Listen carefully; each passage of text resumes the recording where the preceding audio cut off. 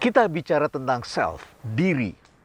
Sejak lahir manusia telah dipenjara dalam sebuah sel yang kita sebut dengan diri. Dan sejak itulah manusia diberikan surat mandat kehidupan oleh Tuhan. Dan kita kemudian menjalani kehidupan ini. Tetapi ketika kita baru lahir, kita tidak memiliki daya apa-apa, bahkan belajar tentang kehidupan pun kita belum bisa. Maka surat mandat itu dipegang oleh orang tua. Dan orang tua kemudian membesarkan kita, melatih kita agar kita bisa mandiri. Sampai suatu ketika kemudian orang tua menyerahkan surat mandat itu kembali kepada kita. This is your life. Dan Anda pun kemudian membawa diri Anda kemana Anda ingin menjalani kehidupan. Sampai suatu ketika Anda harus membesarkan orang lain lagi. Dan itulah yang kita sebut dengan diri. Diri yang kita bawa kemana-mana. Diri ini bisa berbentuk daging, kulit, tulang, dan lain sebagainya. Dan diri ini kita bawa kemana-mana dan di dalamnya ada pengemudinya. Masalahnya, apakah kita sadar bahwa kita bisa menjadi pengemudi bagi hidup kita, bagi diri kita? Dan pada sebagian orang, tentu saja dia merasa lebih nyaman menjadi penumpang. Penumpang dalam kehidupan, ketika pertama-tama kita dibesarkan oleh orang tua kita menjadi penumpang di tengah keluarga kita. Kita dituntun, dimandikan, dibesarkan, diberi makan, disekolahkan, diberitahu harus melakukan ini tidak boleh, dan lain sebagainya. Sampai suatu ketika kita sudah tahu sendiri mana yang boleh, mana yang tidak boleh. Kita harus kemana?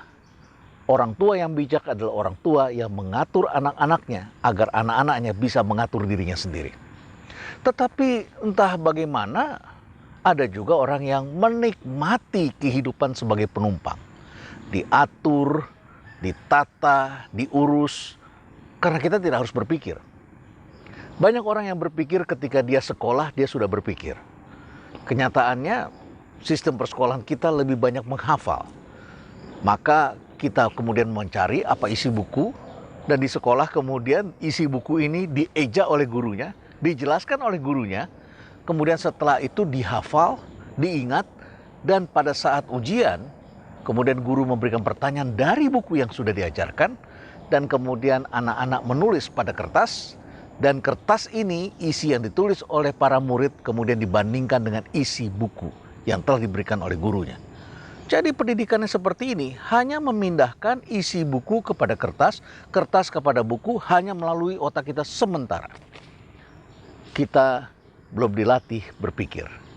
Apalagi kalau pertanyaan sekolah itu adalah tahun berapa, apa tambah apa menjadi berapa, berapa dikali berapa menjadi apa, kemudian semuanya kita hafal. Bahkan pelajaran yang sangat kreatif pun, yang melatih manusia untuk berpikir kreatif, itu dihafal. Seperti Anda barangkali masih ingat ketika menggambar. Kita menggambar gunung, gunungnya ada 2, di tengah-tengah ada matahari, dan seterusnya Anda bisa sebutkan semuanya. Bahkan jumlah gunungnya pun kita hafal, yang mengakibatkan kita dalam kehidupan sehari-hari selalu menjalani berdasarkan apa yang kita pelajari sebagai sebuah hafalan. Padahal hidup ini merupakan sebuah proses berpikir. Dan harap Anda paham, berpikir itu tentu tidak mudah. Berpikir itu kadang meletihkan. Berpikir itu kadang membuat Anda harus berbenturan dengan orang lain. Berpikir itu akan membuat Anda bisa paham, bisa mengerti, tetapi Anda barangkali harus menjelajahi dunia baru yang membuat Anda harus menghadapi suasana-suasana yang tidak pasti. Anda tidak nyaman.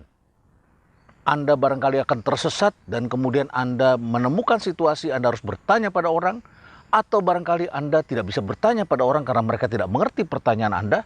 Anda menjelajahi dunia baru dan Anda harus kembali lagi, dan kemudian orang yang melihat Anda menjadi orang aneh. Kenapa aneh? Karena Anda sudah melihat dunia baru itu sementara orang lain hanya menghafal dari apa yang sudah ada di dalam buku itu. Tokoh-tokoh perubahan di seluruh dunia adalah orang-orang yang menjelajahi dunia baru.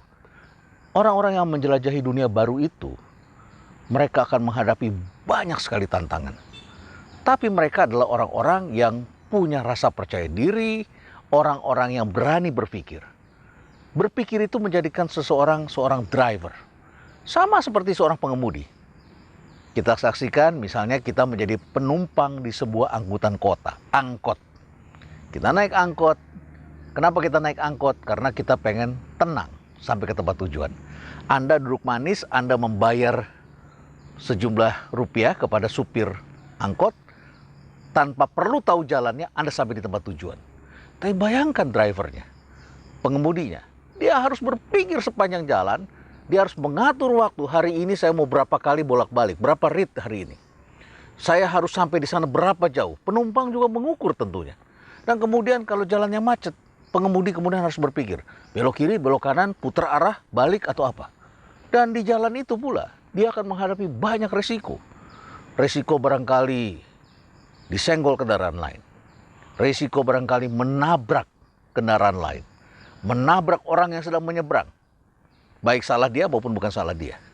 Dan kalau dia menghadapi hal itu, maka orang itu harus berhadapan dengan masalah hukum. Kita tidak pernah melihat bukan seorang pengemudi menabrak orang di jalan dan yang kemudian yang diadili, dipenjarakan adalah orang yang menumpang. Tidak pernah. Penumpang adalah orang yang hidupnya sangat aman dan pengemudi harus memikirkan bagaimana caranya agar dia bisa pergi dan kendaraan itu tetap sehat. Kendaraan itu tidak rusak. Oleh karena itu dia harus merawat kendaraannya. Tapi penumpang dia boleh ngantuk, dia boleh tertidur dan tidak perlu berpikir. Oleh karena itu, kita membedakan dua jenis self di sini. Driver atau passenger. Passenger adalah orang yang cari aman, tidak perlu berpikir, dan dia nyaman dengan hidupnya. Tetapi suatu ketika tidak ada kendaraan, tidak ada orang yang bisa membawa dia ke tempat tujuan, maka dia akan terjepit, hidup dalam masa lalu, dan tidak bisa mencapai tujuan apa yang dia inginkan.